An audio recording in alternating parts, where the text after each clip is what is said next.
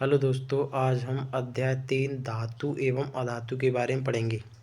इसमें हम important point ही पढ़ेंगे। ठीक है, इसमें हम धातु के बारे में पढ़ेंगे। जैसे ये धातु, ठीक है। धातु में क्या पढ़ना है, देखो धातु में ये याद रखनी है कि धातु में जो वाहतम कक्ष में जो इलेक्ट्रॉन की संख्या होती है उन्हें ये त्याग करते हैं। उनका क्या करते हैं, त्याग। जैसे इनमें कितने इलेक्ट्रॉन पाए जाते हैं वाहतम कक्ष में, 1 2 3 इलेक्ट्रॉन। ठीक है, इनका ये त्याग करते हैं। जो इलेक्ट्रॉन का त्याग करते हैं उन्हें ज़्यादातर धातु बोलते हैं।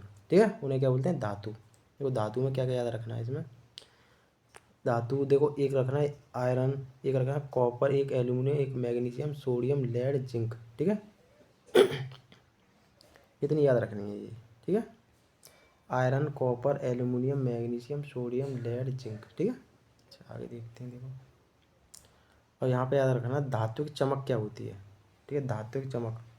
ठीक है, धातु की चमक किसे कहते हैं, देखो मतलब धातुओं की सतह पर जो चमक होती है उसे ही धातु की चमक कहते हैं। उसी गुणधर्म को क्या बोलते हैं, धातु की चमक कहते हैं बस। ठीक है, चलो देखो ये याद रखना है, सामान्यतः धातुएं कठोर होती हैं। सामान्य धातु कैसी होती हैं, कठोर होती हैं। ठीक है, अच्छा देखो बहुत ज़्यादा इम्पोर्टेंट है कि आघात वर्धनीयता किसे कहते हैं, आघात वर्धनीयता। ठीक है, आघात वर्धनीयता पूछा जाता है कि आघात वर्धनीयता किसे कहते हैं। ठीक है, आघात वर्धनीयता किसे कहते हैं। देखो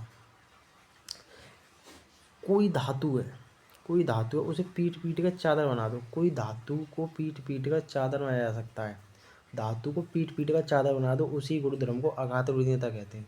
उसी गुण को आघात वर्धनीयता कहते हैं। ठीक है, अच्छा अब देखो सबसे ज़्यादा आघात वर्धनीय धातु, सबसे अधिक आघात वर्धनीय धातु कौन सी है, सोना चांदी। सोना चांदी सबसे अधिक आघात वर्धनीय धातु है। ठीक है, अच्छा ठीक है, बहुत ही इंपॉर्टेंट है, क्वेश्चन आया हुआ है। ये दोनों ये और ये आघात वर्धनीयता, इसमें ये आया है कि आघात वर्धनीयता किसे कहते हैं। इसमें ये आया हुआ है कि सबसे अधिक आघात वर्धनीय धातु कौन सी है, सबसे अधिक आघात वर्धनीय धातु है। तो दोनों पॉइंट इंपॉर्टेंट है। ठीक है, अच्छा आगे देखेंगे। देखो ये क्वेश्चन भी आया हुआ है कि तन्यता किसे कहते हैं, तन्यता। तो देखो धातु के पतले तार के रूप में खींचने की क्षमता, धातु को पतले तार के रूप में खींचने की क्रिया ये क्या कहलाती है, तन्यता। ठीक है, और ये आया हुआ सोना। सोना सबसे अधिक तन्य धातु है। सोना सबसे अधिक तन्य धातु है। 1 ग्राम सोने से 2 किलोमीटर लंबा तार बनाया जा सकता है। देखो यहाँ से क्या क्वेश्चन बन रहा है, यहाँ से ये क्वेश्चन बना है कि तन्यता किसे कहते हैं, धातुओं के पतले तार के रूप में खींचने की क्षमता को तन्यता कहते हैं। और दूसरा क्वेश्चन ये बना है कि सबसे अधिक तन्य धातु कौन सी है, तो है सोना। ठीक है, कौन सी है, सोना। ठीक है, देखो आगे पढ़ेंगे। देखो यहाँ पे पढ़ेंगे कि धातु ऊष्मा के सुचालक होते हैं। ये इम्पोर्टेंट है, जो धातु जो होते हैं वो ऊष्मा के कैसे होते हैं, सुचालक होते हैं। धातु ऊष्मा के सुचालक होते हैं। तो एक गलनांक, इनका गलनांक बहुत अधिक होता है, इनका गलनांक बहुत अधिक होता है। और ये याद रखना है, ये बहुत ज़्यादा पूछा जाता है कि सिल्वर और कॉपर ऊष्मा के अच्छे चालक हैं। सबसे ज़्यादा अच्छे चालक पूछे जाए तो सिल्वर और कॉपर हैं। ठीक है, ऊष्मा के सबसे अच्छे चालक पूछे जाएं तो कौन से हैं, सिल्वर और कॉपर हैं। इनकी तुलना में जो लेड है, लेड और मरकरी ऊष्मा के कुचालक हैं। लेड और मरकरी कैसे होते हैं, ऊष्मा के कुचालक होते हैं। लेड और मरकरी ऊष्मा के कैसे होते हैं, कुचालक।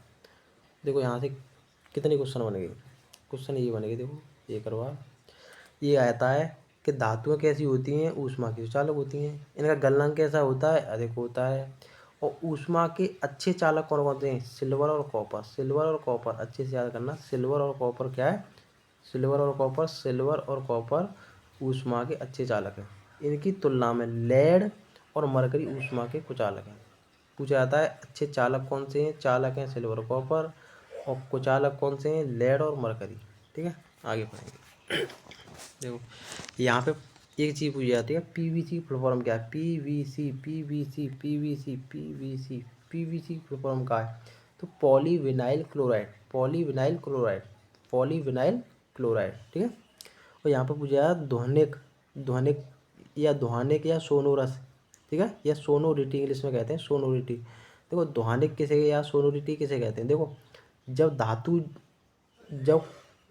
धातुएं कठोर सतह से टकराती हैं आवाज़ उत्पन्न करती हैं। जब धातु कठोर सतह से टकराती हैं तो आवाज़ उत्पन्न करती हैं। इस गुणधर्म को क्या बोलते हैं, सोनोरिटी, ठीक है। जैसे स्कूल की घंटी धातु से किसी से पीटी जाती है तो आवाज़ उत्पन्न करती है, तो ये क्या है, सोनोरिटी, ठीक है।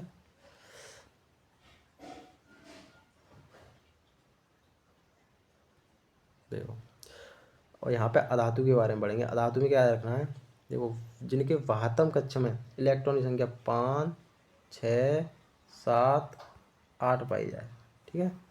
ये क्या करेंगे, ये इलेक्ट्रॉन को लेंगे, ये इलेक्ट्रॉन क्या करेंगे, लेंगे, ये इलेक्ट्रॉन को लेंगे।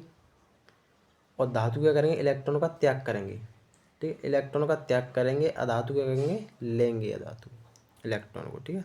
देखो इसमें देखो क्या देखना है हमें, जैसे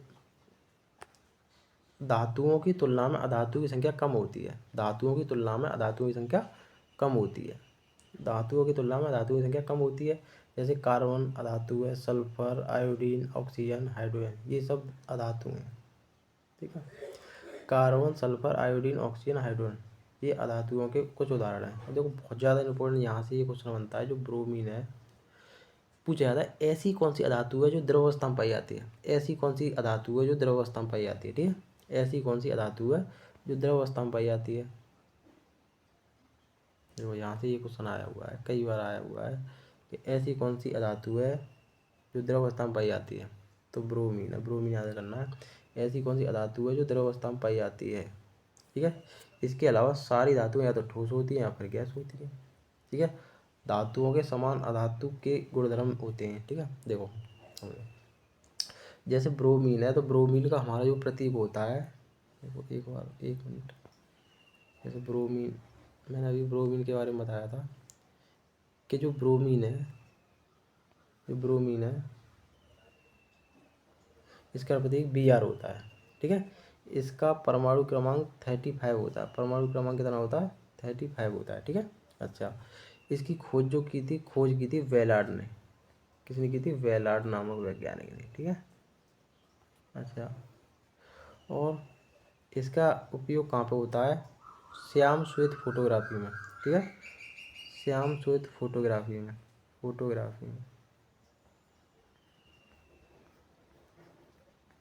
ठीक है। ब्रोमीन का यूज कहाँ पे होता है, फोटोग्राफी में। खोज किसने की थी, वेलार्ड ने। और परमाणु क्रमांक कितना होता है, 35, ये याद रखना है, इंपॉर्टेंट पॉइंट है, ठीक है। और ब्रोमीन में क्या याद रखना है, ऐसी कौन सी अधातु है जो द्रव अवस्था में पाई जाती है, ठीक है। ऐसी कौन सी अधातु है जो द्रव अवस्था में पाई जाती है, तो याद रखना ऐसी कौन सी अधातु है जो द्रव अवस्था में पाई जाती है, वह ब्रोमीन। बहुत ज़्यादा इंपॉर्टेंट पॉइंट है सब, ठीक है। आगे देखेंगे,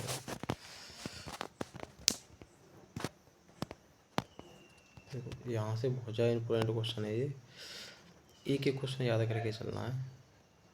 देखो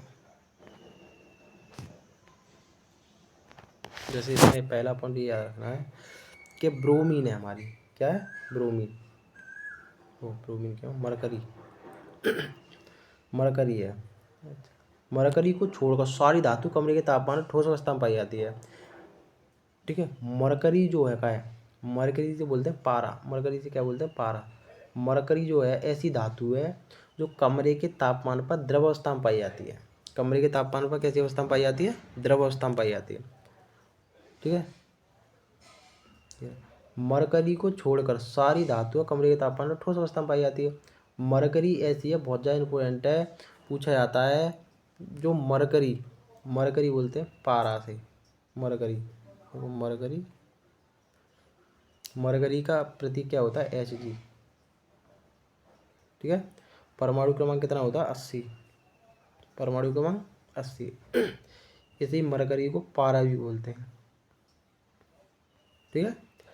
अच्छा, इसमें क्या याद रखना है, इसमें ये याद रखना है कि ऐसी कौन सी धातु है, ऐसी कौन सी धातु है